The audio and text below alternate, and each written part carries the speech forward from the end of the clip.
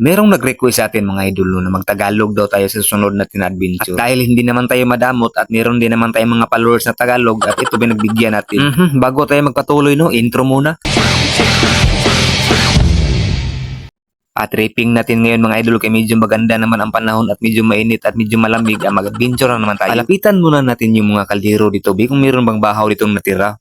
Meron talagang bahaw pero medyo dukot. Hindi na tayo magmarami pa ng salita. Punta na tayo dito sa dagat at maghanap pa tayo ng spot. Parang dyan magandang spot yan kasi meron ako nakitang mga engkanto. Dala-dala ko ngayon ang maitim na karahay sa bahay at ang ikubag sa 7-Eleven. Nandito na lahat ang gagamitan natin sa pagluluto kasi maghahanap pa tayo ng lulutuin ngayon. Meron din tayong dalang panggatong dito. Siyempre mag-sit up muna tayo ng paglulutuan natin. Ito po yung tinatawag ni Idol Ins na technique of love. Matingnan nga kung kasya ba itong karahay natin dito na maitim. Kasya talaga. Hinagis muna natin itong karahay para manguha tayo dito sa lusayan ng kinhason. Ika muna, ano bang Tagalog ng kinhason? Basta kay kinhason. Nanguha tayo ngayon mga idol ng tinatawag dito sa amin na punaw. Ganito yung hitsura niyan mga idol pero masarap yung sabaw niya. Ito parang okay na to. Pwede na ito lutuin natin. Bago tayo mag-umpisa sa pagluto, linisin muna natin yung mga lamas natin sa ating mga kinhason. Simple lang yan mga idol. No? Hiwain natin yan ng maliit para habang kinakain lalong sumasarap. Lalo na't lagyan pa natin ito ng sabaw ng Coco Martin. Ito parang sakto na ito mga idol. Ready na lahat yan. Dahil malakas yung tuhod natin, sinibak natin yung kahoy natin dyan. Isain natin yung maitim natin na karahay. Siyempre, balik singkong mantika, lagyan natin dyan. Dito, mag-start na tayong maggisa ng ating mga lamas. Ano ba Tagalog ng lamas? Kayo na lang ang bahalang sumasabot sa aking Tagalog mga idol ha.